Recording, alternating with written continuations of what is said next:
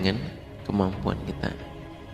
Loh, ya kalau kita mau minta yang lebih luas, lebih tinggi, lebih hak, ya toh, sejatinya Allah bisa. Tapi Al-Quran dengan segala kesempurnaannya telah memberikan kita contoh-contoh yang sangat luar biasa dalam hal pengibaratan, dalam hal penciptaan, dalam hal nama, dalam memberikan petunjuk atau keterangan dalam sifat-sifat Allah.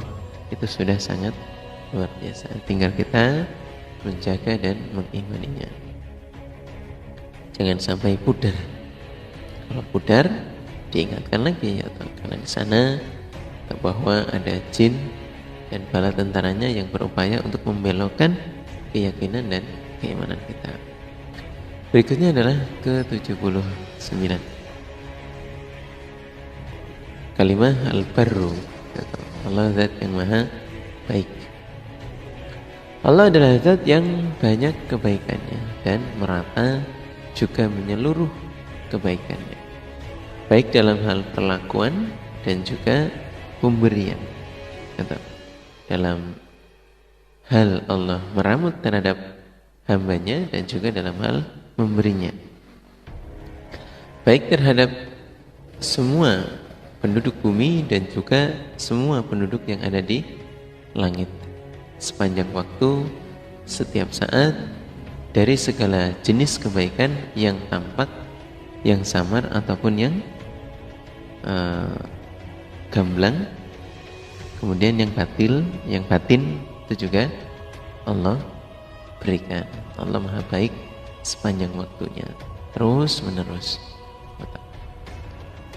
Para kaum muslimin dan muslimah, dalam hal ini Allah adalah zat yang maha baik. Sehingga ketika kita mengamati dan menelaah Allah yang maha baik, di sini Allah menjelaskan atau dalam kebaikannya ini menyeluruh, baik penduduk bumi dan juga penduduk langit. Apa-apa yang ada di bumi dan juga apa yang ada di langit, semuanya saling memberikan manfaat dan semuanya adalah pemberian dari Allah. Sifat maha baiknya Allah terhadap kita dan juga penduduk-penduduk langit yang ada di sana. Berikutnya bahwa sesungguhnya Allah zat yang berbuat baik ialah dalam melipat gandakan pahala bagi hambanya atau besok di hari akhirat dan juga di dunia ini.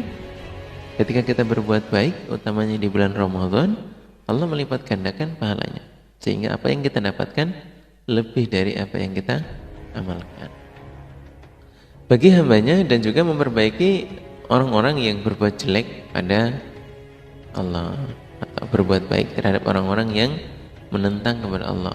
Allah tetap bersikap baik terhadap orang-orang yang tidak mau beriman kepada Allah, yang maksiat kepada Allah, dan Allah memaafkan atau berpaling dan tidak menyiksanya.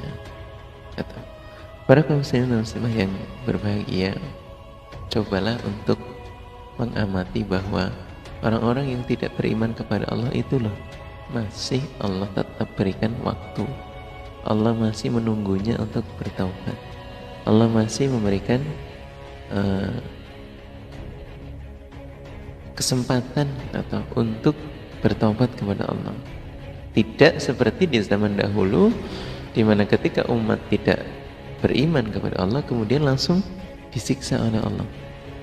Jadi bahwa ketika Allah maha baik dalam hal ini, bagi orang-orang yang beriman ya sangat baik atau sangat memberikan janji yang menggembirakan, yang membahagiakan untuk kita.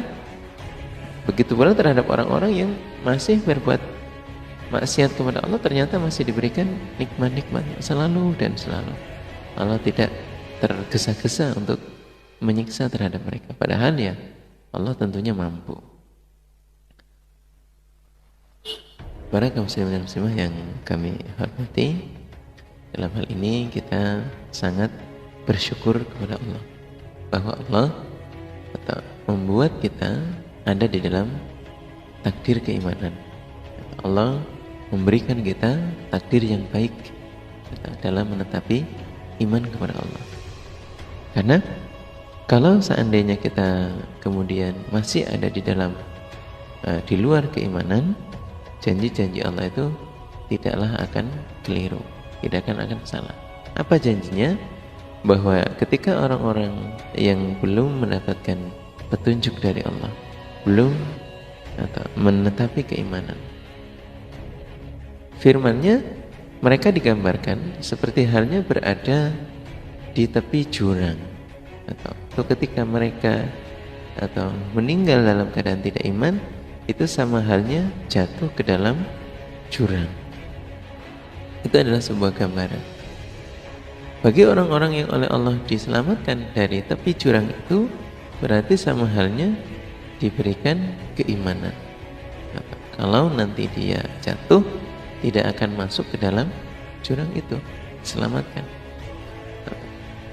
Artinya bahwa orang-orang yang tidak beriman, kalau suatu saat wafat, itu akan dijanji oleh Allah masuk ke dalam nerakanya Allah. Apalagi sampai dengan akhir hayatnya tidak mendapatkan hidayah. Tapi bagi orang-orang yang diselamatkan dari jurang itu, diberikan hidayah, nah janjinya Allah adalah bisa mendapatkan surganya Allah, diselamatkan dari jurang nerakanya Allah. Kalimat ke-80, At-Tawwabu adalah Allah zat yang maha menerima taubat. Sesungguhnya Allah adalah zat yang maha luhur, tidak akan pernah menolak orang-orang yang datang kepadanya untuk bertaubat, meskipun dosanya hamba itu sepenuh langit dan bumi. Dan ketahuilah, Allah menerima taubat hambanya dalam keadaan marahnya Allah, Allah itu tetap akan menerima.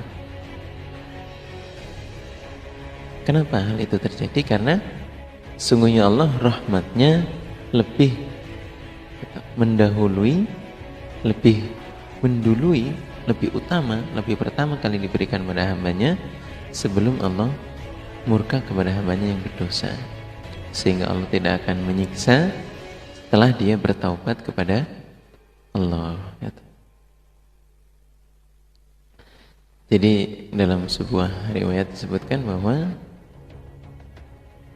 barang siapa yang bertobat kepada Allah, atau dia telah melaksanakan taubatan nasuha, maka setelah dia meninggalkan dan melaksanakan semua ikhtiar untuk mendapatkan pengampunan, kaman la dzambalah, seperti halnya dia seseorang yang tidak lagi memiliki dosa baginya. Orang-orang yang bertobat dari dosanya, dia seperti halnya orang yang tidak memiliki dosa lagi, atau bersih. Allah menerima taubat hambanya di dalam pandangan murkanya Allah, dalam keadaan marahnya Allah. Tetap Allah menerima ketika hambanya atau kemudian merasa Allah itu murka terhadapnya, kemudian dia berupaya untuk bertaubat, maka Allah pasti akan menerima. Sejatinya semua hal yang dilakukan berkaitan dengan jahiliyah atau sebuah kebodohan, sebuah hal yang melanggar atau aturan-aturan dari Allah, itu membuat Allah murka. Namun ketika hambanya ini mau bertobat atau dengan taubat dan nasuha, Allah pasti akan mengampuni. Kenapa Allah yang tadi murka mau memaafkan? Karena Allah mendahulukan rahmatnya dibandingkan murkanya.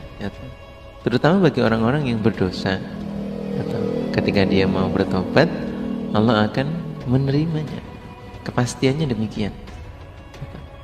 Jadi kalau dalam kalimat yang lain, wala yai'asu birrahillah, dalam kitabillah Al-Quran, bagi orang-orang yang memiliki dosa, yang memiliki kesalahan, yang melakukan pelanggaran,